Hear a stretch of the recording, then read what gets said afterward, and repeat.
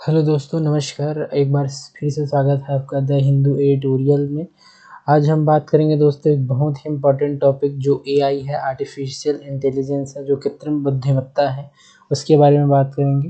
पिछले कुछ समय से दोस्तों एआई बहुत चर्चा में रहा है। 2-3 दिन लगातार एडिटोरियल्स आते रहे हैं द हिंदू में या और किसी जो न्यूज़पेपर है उसमें दोस्तों। तो हाँ, आप देख सकते हैं ओपिनियन सेक्शन में एक एआई के लिए आया था एडिटोरियल। उसमें कहा गया है दोस्तों, copyright right with generative AI.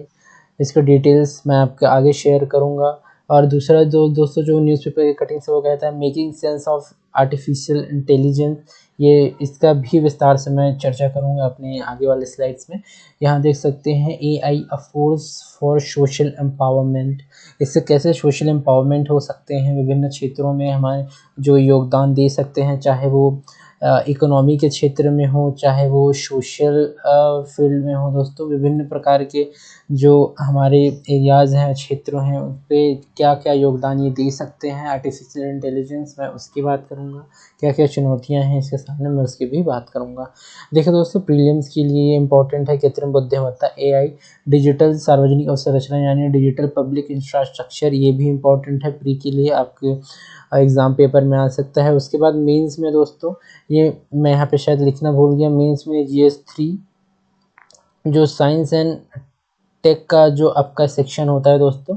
Science and technology का लगभग सभी स्टेट पीसीएस में भी होता है, यूपीएससी में भी होता है।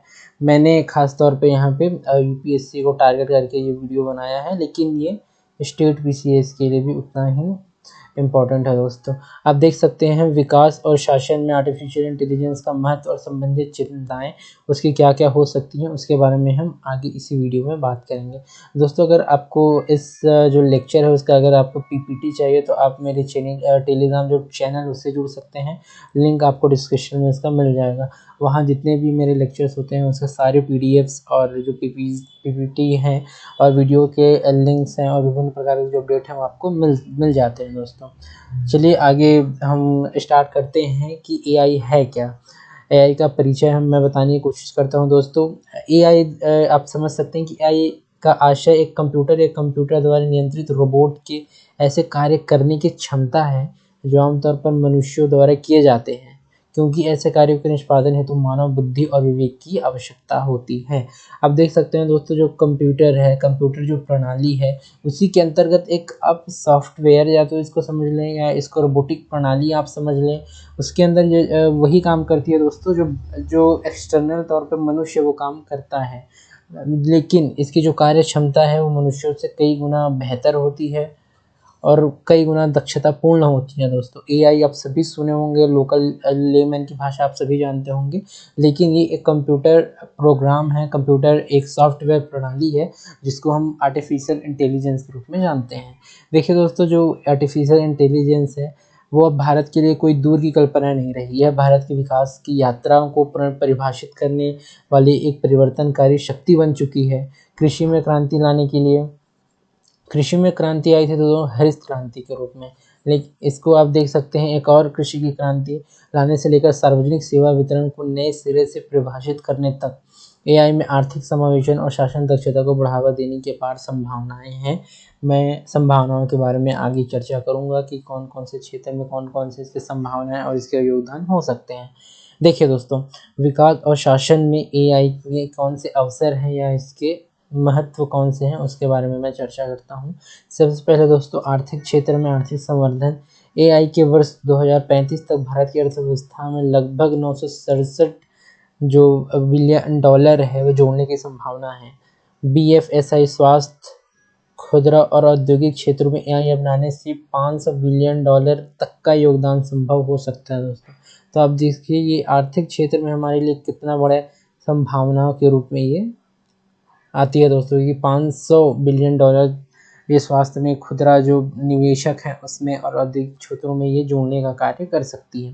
देखिए ऊपर कृषि की बात की गई दोस्तों, मैंने पिछले स्लाइड में कृषि में क्रांति की बात की थी, यहाँ पे कृषि की बात की गई। कहा रहा है कि एआई आधारित फसल की निगरानी दोस्तों, पूर्वानुमान विश्लेषण कृषि की उत्पादकता और जोखिम प्रबंधन में क्रांतिकारी परिवर्तन ला रहा है। देखिए उत्पादकता में उत्पादकता में दोस्तों पूर्वानुमान में उस कृषि की मौसम जलवायु की पूर्वानुमान हम कर सकते हैं।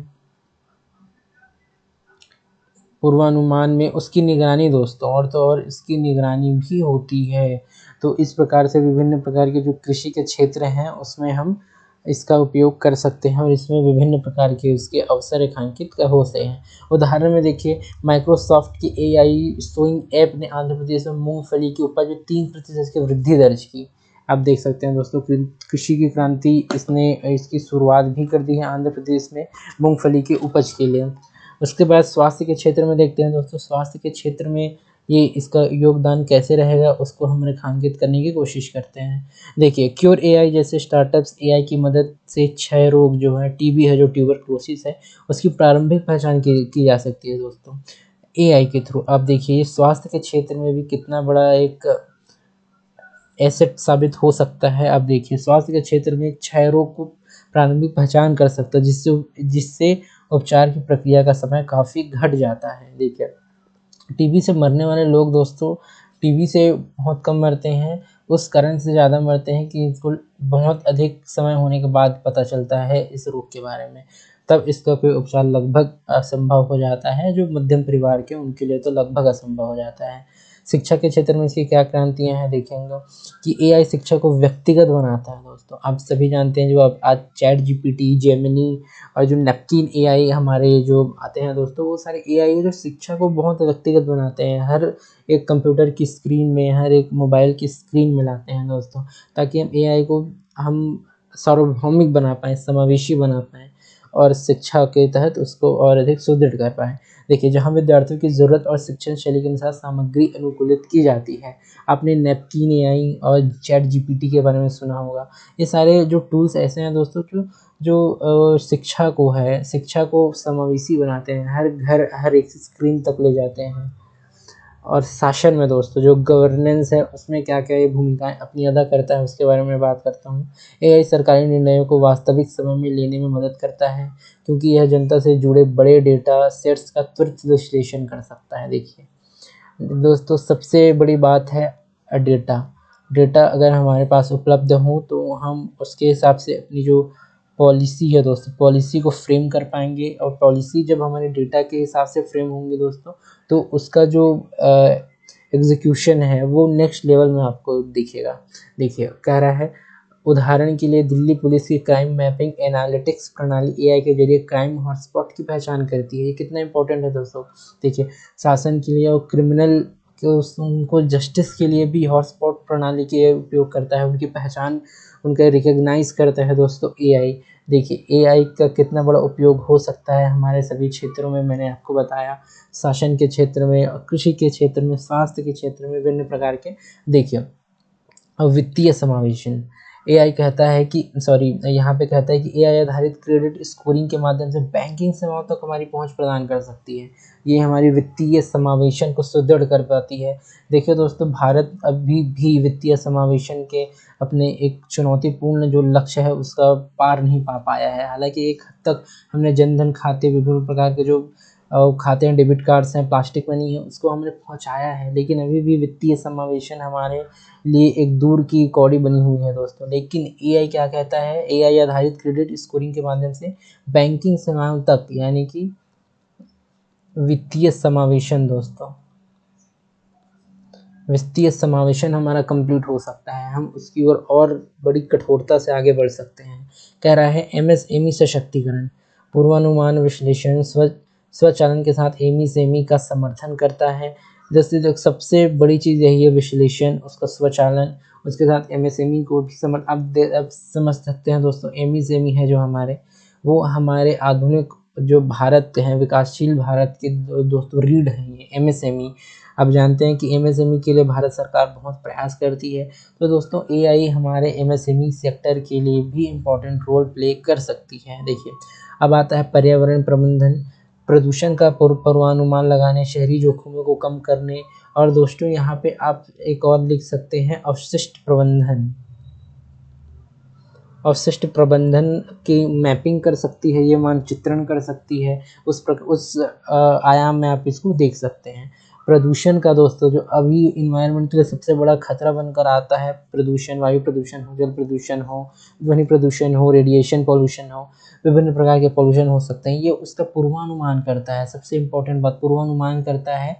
और जब हमारे पास पूर्वानुमान होगा तो हम किसी भी जो अपने जो हम कह सकते हैं दोस्तों, जो कल्याणकारी जो कार्यक्रम हो सकते हैं या किसी भी पॉलिसी हो सकती है, इसके थ्रू हम उसके पास एक डेटा, हमारे पास एक डेटा हो सकता है, पूर्वानुमान के अनुसार डेटा के हिसाब से हम आगे के जो अपने कार्य हैं, जो नीति हैं, जो नीतिगत फैसले हम ले पाते हैं।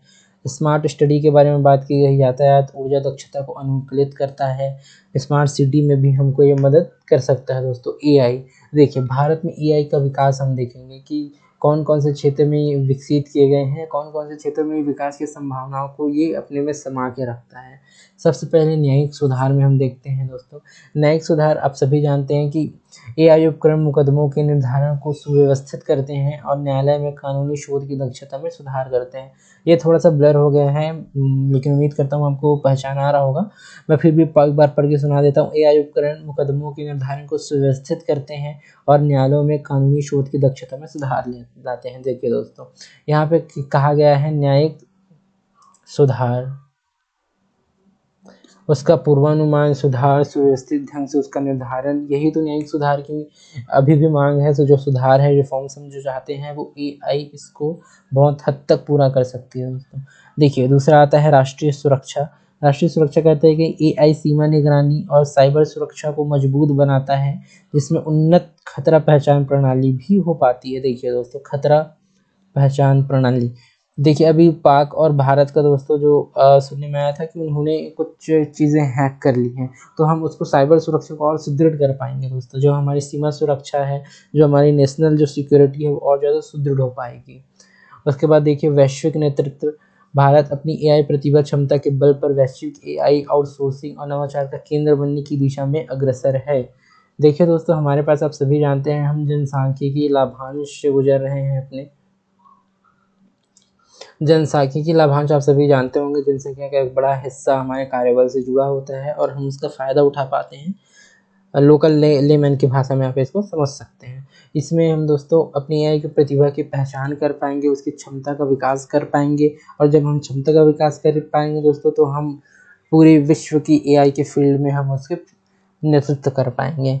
उसके बाद देखिए रोजगार और कौशल। एआई 2025 तक 2 करोड़ रोजगार उत्पन्न कर सकता है और बशर्ते मजबूत कौशल विकास पहल अपनाई जाए। मतलब वो कौशल विकास पहले जो पहल है उसको अगर अपनाई जाती है दोस्तों, तो ये रोजगार और कौशल सृजन में एक महत्वपूर्ण कड़ी के रूप में सामने आ सकती है। देखिए इसकी चुनौतियां हैं, लेकिन इतने सारे मैंने अवसर और संभावनाएं आपको बताई इसकी। लेकिन दोस्तों यहाँ पे कोई भी कहते हैं ना, कोई भी चीज़ें बिना अपने निरापदों के साथ नहीं आती है, बिना किसी अपवाद के साथ नहीं आती है। तो एआई के भी अपवाद स्वरूप हम मान लें कि इसकी विभिन्न चुनौतियाँ भी हैं, जो अभी भी हम दूर करने में सक्षम नहीं हो पाए हैं। सबसे पहले हम बात करेंगे दोस्तों, जो डेटा की प्रॉब्लम है, डेटा की गुणवत्ता और उसकी पहुँच। कह रहा है कि एआई प्रशिक्षण के लिए आवश्यक उच्च गुणवत्ता वाले, समन्वित और उचित रूप से एनोटेट किए गए डेटा की कमी है। देखिए समन्वित और उचित रूप से जो डेटा हम उसको यूज़ कर पाएंगे, उसकी सबसे पहले तो डेटा की कमी है, तो इसको अगर हम दूर कर पाते हैं तो बेहतर है उस हमारे लिए। उसके बाद आप देखेंगे अनुसंधान और विकास में कम निवेश। 2 सेकंड दोस्तों, मैं यहाँ पे पेन बदल लेता हूँ। चलिए, अनुसंधान एवं विकास में कम निवेश दोस्तों, हम अभी भी कम निवेश जो है, जो लिस्ट इन्वेस्टमेंट की तरफ जाते हैं, उससे गुजर रहे हैं। हमारे पास निवेश, आकर्षक निवेशों की कमी है अनुसंधान और विकास में, जबकि जो है दोस्तों निवेश की अधिक ज़रूरत पड़ती है। भारत का एआई अनुसंधान व्यय जीडीपी का मात्र 0.1% है दोस्तों। ये आपकी मेंस में आंसर राइटिंग के लिए बहुत आवश्यक हो सकता है। 0.1% हम अपने जो जीडीपी एक्सपेंडिचर का है वो खर्च करते हैं, तो हमने निवेश की आवश्यकता है, जो अमेरिका और चीन की तुलना में बेहद कम है दोस्तों। अमेरिका, आप जानते हैं अमेरिका और चीन जो है वो एआई में बहुत ज़्यादा अभी इन्वेस्ट कर रहे हैं, क्योंकि उनको पता है कि इसका जो आउटकम आता है, आउटकम बहुत ही जो कह सकते हैं कि कंफर्टेबली और जो आप समझ सकते हैं कि बहुत ज़रूरी हो जाता है वो। उसके बाद देखेंगे कुशल कार्यबल की कमी। भारत के केवल 4% कार्यबल को ही एआई और संबंधित डिजिटल तकनीकों में औपचारिक रूप से प्रशिक्षित माना जाता है। यानी कि हमारे पास दोस्तों कुशल कार्यबल की कमी है, हमारे पास कुशल श्रमिक नहीं है। कह रहा है कि भारत की केवल 4% कार्यबल को ही एआई और संबंधित डिजिटल तकनीकों में औपचारिक रूप से प्रशिक्षित माना जाता है। देखिए हमारे पास मान लो 100% जनसंख्या है दोस्तों, उसमें सिर्फ 4% ही ऐसे हैं जो तकनीकी तौर पे कौशल युक्त हैं एआई के क्षेत्र में। आप समझ सकते हैं इसको, ये एक महत्वपूर्ण डेटा है। देखिए कहता है डिजिटल विभाजन, एआई का उपयोग आईटी और वित्त में केंद्रित है, जबकि कपड़ा और ग्रामीण स्वास्थ्य सेवा जैसे क्षेत्र में पीछे है। देखिए आईटी और वित्त में तो बहुत आगे हैं, मैंने आपको बैंकिंग सेक्टर में भी बताया कि जुडिशियल फील्ड में भी हम बहुत अच्छा कर सकते हैं एआई में। लेकिन दोस्तों हम टेक्सटाइल इंडस्ट्री में, जो हमारे रूरल हेल्थ है, जो हमारा पब्लिक ऑर्डर है, जो हेल्थ फैसिलिटी है, जो सर्विसेज हैं, उसमें हम अभी भी बहुत पीछे नज़र आते हैं। उसको अगर हम आगे ला पाएँ तो हम इस चुनौती से निश्चित तौर पे आगे पार पा सकते हैं। देखिए कहता है नैतिक और गोपनीयता संबंधी चिंताएं, हमारे पास जो कहते हैं मॉरल और इसमें सिक्योरिटी का भी एक कंसर्न आता है दोस्तों, कि जिम्मेदार प्रशासन के बिना एआई प्रणालियों से पूर्वाग्रह, भेदभाव और निगरानी को बढ़ावा मिलने का खतरा बेहतर रूप से सामने आता है। बेहतर तो नहीं, लेकिन एक चिंताजनक रूप से वो सामने आता है। उसके बाद आप देखेंगे दोस्तों कॉपीराइट और बौद्धिक संपदा। कॉपीराइट का हमेशा एक बड़ा मुद्दा रहता है। कह रहा है कि जनरेटिव एआई प्रत्यक्ष पुनरुत्पादन के बिना प्रशिक्षण के लिए कॉपीराइट कार्यों का उपयोग करने कानून को चुनौती देता है। देखिए कह रहा है कि जनरेटिव एआई प्रत्यक्ष पुनरुत्थान के बिना प्रशिक्षण के लिए कॉपीराइट, मतलब हम प्रशिक्षण के लिए भी अगर कॉपीराइट का उपयोग करते हैं तो वो एक उसमें चुनौती आती है, उसको आप देख सकते हैं। ये देखिए दोस्तों इंटरनेट एक्सेस हमारा बहुत कम है। मैंने पिछले के लेक्चर्स में भी आपको बताया था कि हमारा जो ग्रामीण क्षेत्र में ज़्यादातर इंटरनेट एक्सेस में बहुत कमी है दोस्तों। जब इंटरनेट एक्सेस की कमी होगी तो हम एआई को अपनाने के लिए सोच ही नहीं पाएंगे। इस प्रकार जो हमारे ग्रामीण क्षेत्र हैं दोस्तों, ग्रामीण क्षेत्र उनसे अनभिज्ञ रह जाते हैं, उनसे उपेक्षित रह जाते हैं, जो एक इसका कंसर्न का मुद्दा बनता है। कह रहा है कि इंटरनेट एक्सेस की कमी, इंटरनेट एक्सेस, वही मैंने आपको चीज़ें बताई कि अगर इंटरनेट एक्सेस नहीं होगा तो हम सीमित प्रकार से ही एआई में गो थ्रू कर पाएंगे, जो कि आप समझ सकते हैं एक असमानता को ही बढ़ावा देने जैसी चीज़ हो जाएगी। उसके बाद आप देखेंगे दोस्तों उद्योग अकादमिक सहयोग की कमी, कमज़ोर साझेदारी के कारण अकादमिक एआई अनुसंधान अक्सर औद्योगिक ज़रूरतों से अलग रहता है। यानी हम अपने एआई को दोस्तों उद्योगों के लिए बहुत कम उपयोगी बना पाते हैं, ऐसा यहाँ पे कहा जा रहा है। उसके बाद देखिए कि विखंडित विनियामक परिदृश्य, इसमें कह रहा है दोस्तों कि एआई विनियमन एकीकृत राष्ट्रीय कानून के बिना विभिन्न क्षेत्रों में बिखरा हुआ है, जिससे भ्रम की स्थिति उत्पन्न होती है। आप इसको समझ सकते हो। उसके बाद देखिए स्टार्टअप का धीमा विकास, भारत में 3000 प्लस एआई स्टार्टअप्स हैं दोस्तों, लेकिन परंतु अधिकांश को पूंजी और मार्गदर्शन की कमी का सामना करना पड़ता है। मैंने आपको बताया कि पूंजी की कमी हमें लगभग हर स्तरों में देखने को मिलती है दोस्तों। जो पूंजी है वो अभी भी पर्याप्त रूप से नहीं हमको मिल पाती है, इन्वेस्टमेंट का खतरा हमेशा अभी बना रहता है। उसके बाद एक नया टॉपिक है दोस्तों, कहा गया है कि भारत में समावेशी और नैतिक एआई के विकास के लिए रणनीतिक दिशा क्या हो सकती है, किस प्रकार हम समावेशी और नैतिक एआई के विकास के लिए हम रणनीतिक दिशा को अपना पाएंगे, जिससे एआई के जो विभिन्न प्रकार के हमारे पास जो लाभ हैं, उनके अवसर हैं, उनको हम मैक्सिमाइज कर पाएंगे उसको। तो इस प्रकार से देखने की ज़रूरत है। देखिए पहला है दोस्तों अधिकार आधारित एआई फ्रेमवर्क, निष्पक्षता, पारदर्शिता, जवाबदेही और गोपनीयता पर आधारित नीति होनी चाहिए। ऐसी कोई संस्था हो, कोई कंपनी हो, एआई या खुद हो, निष्पक्षता हो, जो बरते, जो पारदर्शिता लाए, जो जवाबदेही का निर्माण करे और गोपनीयता बरते। ये सारी चीज़ें हैं दोस्तों जो एक इम्पॉर्टेंट पहल हो जाती हैं। नीति आयोग की एक पहल है एआई फॉर ऑल, उत्तरदायी एआई पहल के रूप में इसको परिभाषित किया जाना चाहिए, ताकि ये रणनीतिक दिशा हो सके।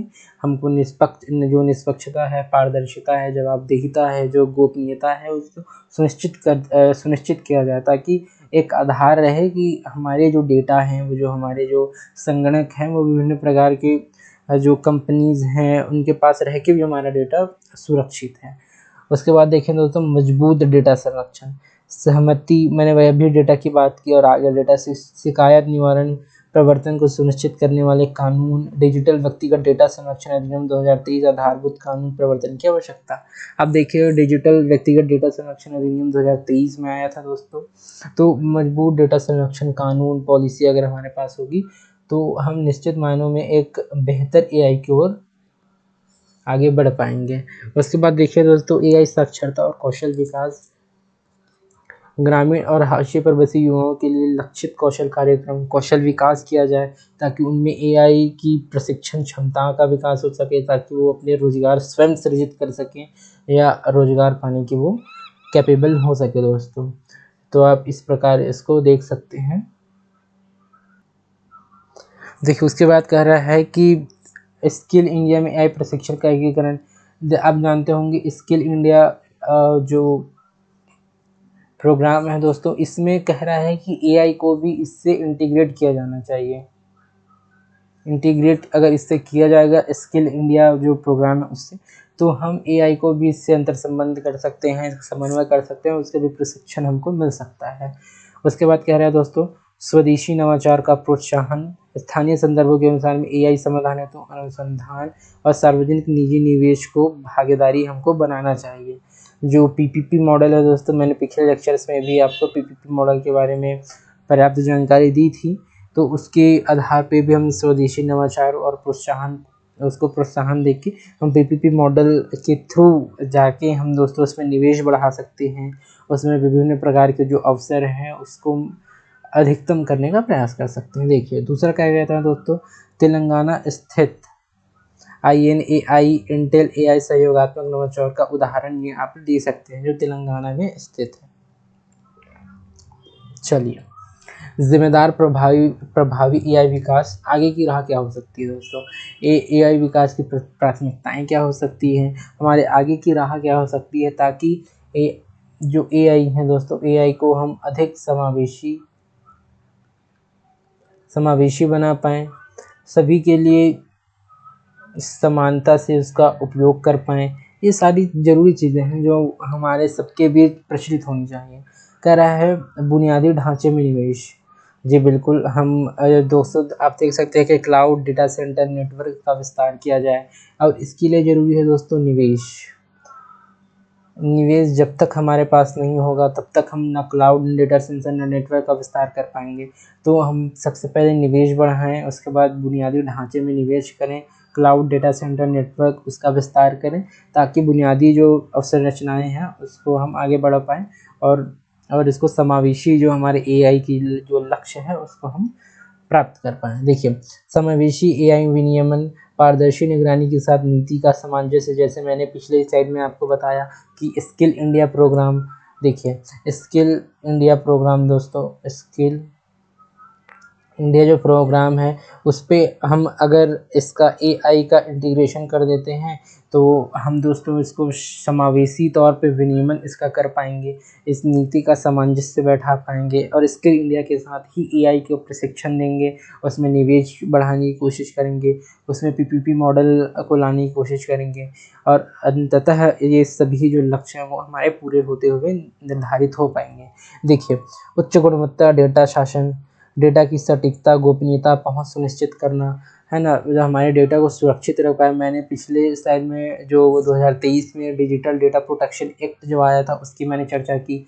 जो डिजिटल डेटा प्रोटेक्शन एक्ट है दोस्तों उसमें हम विभिन्न प्रकार के संशोधनों को शामिल कर सकते हैं जो एआई संवेदनशील